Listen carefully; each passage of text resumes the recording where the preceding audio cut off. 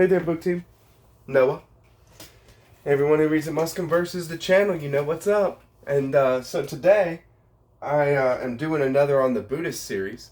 I'm going to talk about the diamond that cuts through illusion. This is an amazing Mahayana Sutra. The original name of it is the Vajracchedika Prajnaparamita Sutra. Vajracchedika means diamond thunderbolt. So it is an indestructible thing that is pure power. A diamond thunderbolt. What I have here is called a dorje. This is from a Tibetan tradition. And this is actually, would be held, kind of like this. It is used to point, to make marks, basically to direct something. But you see what it is there's this middle point here, and then it kind of is exploding on either side. There's flowers, petals there, and then it is kind of, flowering out and becoming something on either side. So this is a physical representation of a cosmological idea. So from one comes duality, right? And all these parts on here have symbolism and stuff. I'm not going to go into it, but that is just the point of that. But I got it because this is actually a dorje is what they call it, but it is a Vajracchedika, a diamond thunderbolt, a physical representation of that kind of thing. Now, what it is just an unstoppable power, that cannot be that can't be blemished in any kind of way. So Vajracchedika Prajnaparamita is perfection of wisdom. So the that Vajracchedika, and then a Prajnaparamita Sutra, a perfection of wisdom sutra. So this sutra is actually so profound that it is one of the better known sutras of all time in Buddhism. It is something that is like a sledgehammer on either side to your concepts, to your ideas of what is what, and what you are, and what reality means to you. It is a series of sledgehammer blows from one side and then the other, and then straight up the middle. And I mean, it is unbelievable. I remember the first time I read it. I do recommend this translation. Thich Nhat Hanh. He's a very popular Buddhist figure, a Zen Buddhist figure. All Zen is Mahayana Buddhism. This is a Mahayana Buddhist Sutra. So I do recommend that. And let's get to it. So the setting of this sutra bears a couple of words on. The setting of this sutra is different than any other Mahayana sutra. The setting of this sutra is very, very mundane. It is a regular day. The Buddha is with 2,500 or 12,000 or 1,250 of fully ordained monks that are with him in a big park, a big field that is given to them to practice, to meditate in and everything. They go get their lunch. They go get their meal. They beg for their meals. They go and walk the town. They get their meal. They come back. They sit down and eat. And then Subhuti approaches the Buddha to ask a question. And the question is, how should a being, if they want to be a bodhisattva, which is the goal of Mahayana Buddhism, is to become a bodhisattva. A bodhisattva is an enlightenment being, a being that has been on enlightenment, not just for themselves, but for the cosmic process of enlightenment. So, how should a bodhisattva conduct his thinking or her thinking? How would a bodhisattva conduct his or her thinking? Where should they stand? How should they, how should they be? Is his question. And as a result of this question, the Buddha gives an amazing answer. So, this is how the Bodhisattva Mahasattvas, Bodhisattva enlightenment being, Mahasattva great being. This is how the enlightenment being great beings master their thinking. However many species of living beings there are, no matter how they are born, whether they have perceptions or do not have perceptions, we must lead all beings to the ultimate nirvana so that they can be liberated. And when this innumerable, immeasurable, infinite number of beings has become liberated, we do not in truth think that a single being has been liberated. Why is this so?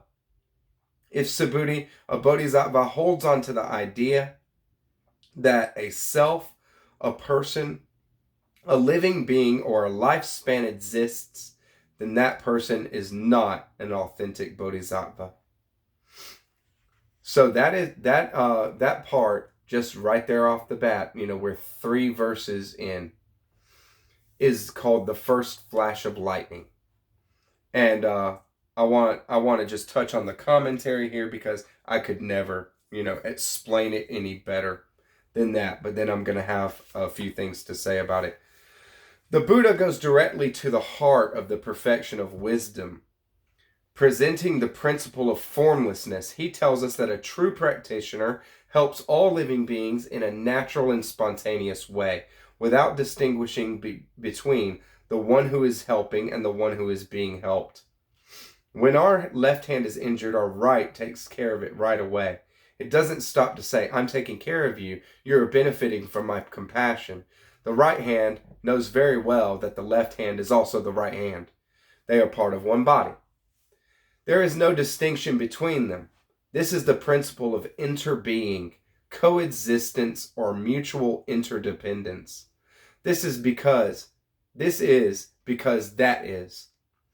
With this understanding, the right hand helping the left hand in a formless way, there is no need to distinguish between separate beings.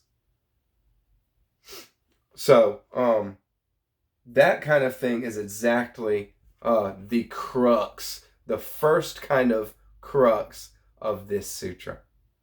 That there are no separate beings.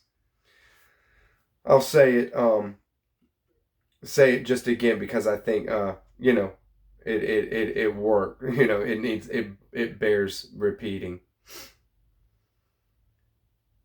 We must lead all beings to the ultimate nirvana so that they can be liberated. And when this innumerable, immeasurable, infinite number of beings has become liberated, we do not in truth think that a single being has become liberated. Why? Because if a bodhisattva holds on to the idea that a self, a person, a living thing, or a lifespan exists, that person is not an authentic bodhisattva. There is no self. There are no separate beings. There is no living beings in relation, counter relation to a different type of being. All is life and mind. And then no lifespan exists. There is no beginning or end to life. Life is here. Life is what it is now. And life will always be. Period. It doesn't matter. There's a lot of work to be done for people to understand that kind of thing intellectually. But you don't have to understand it intellectually in order for it to be a reality. You don't have to understand it with your reasoning mind in order for it to be a truth. Capital T truth. So there is the first flash of lightning. I would say that in this sutra, what we have to always do is bear in mind a couple of things. One, that there is, we're in a rebirth, reincarnation system here. There is no one and done lifetime in Buddhism. There is beginningless and endless time and life and mind. That's what it is. Universal living mind. That's what everything ultimately is at its ground. Universal living consciousness. That is what this is. So the concepts that we get to here, it'll show you what a spiritual baby, you are. This sutra right here. It's wild. So just to work out a little bit this kind of tough concept to understand, I'm going to touch on some more of the commentary here. If we look deeply into A,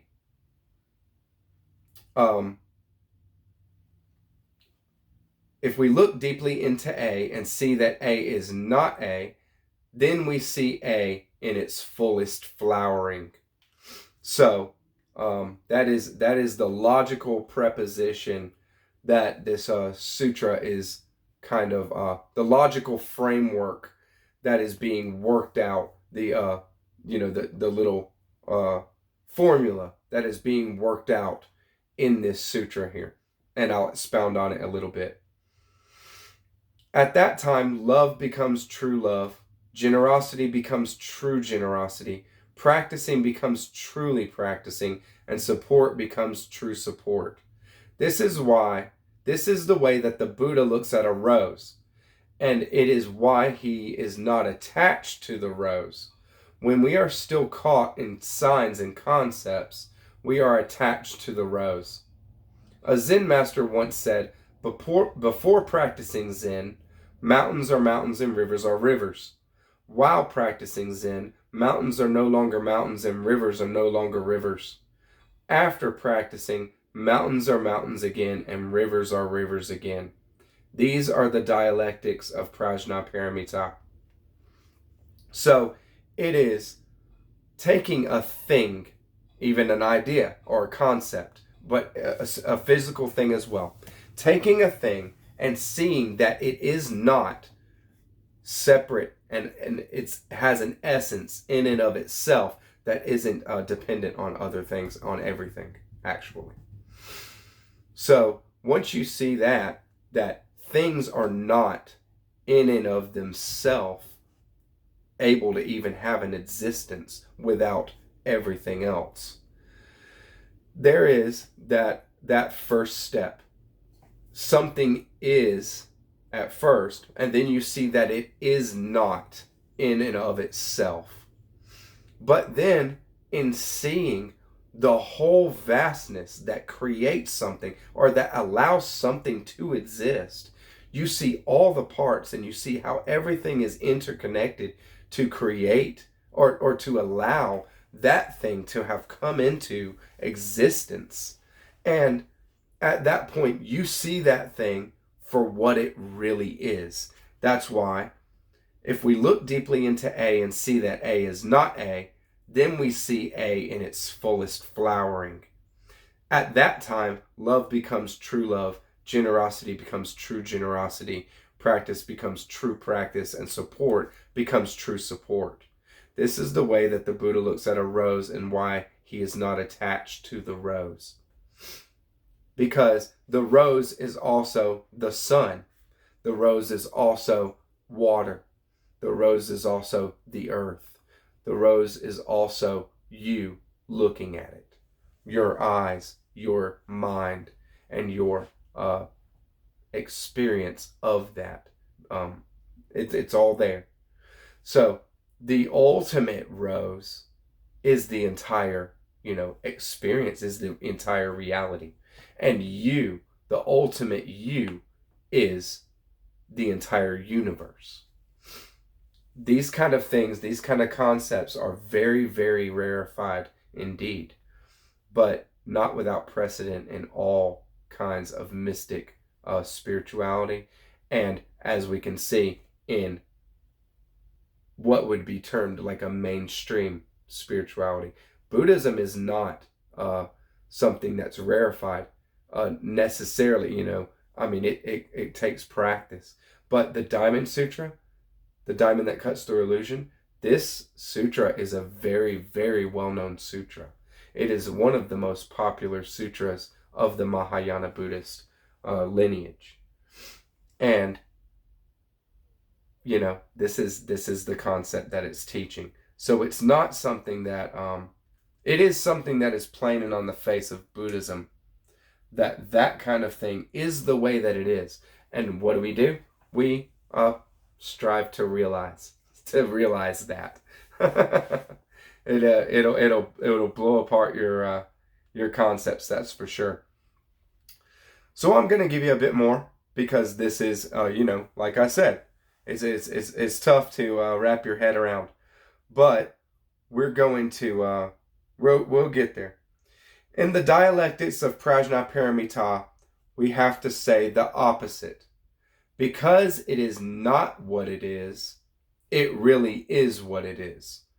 When we look into a thing and see everything that is not that thing, then we begin to see the reality of that thing, the ultimate reality.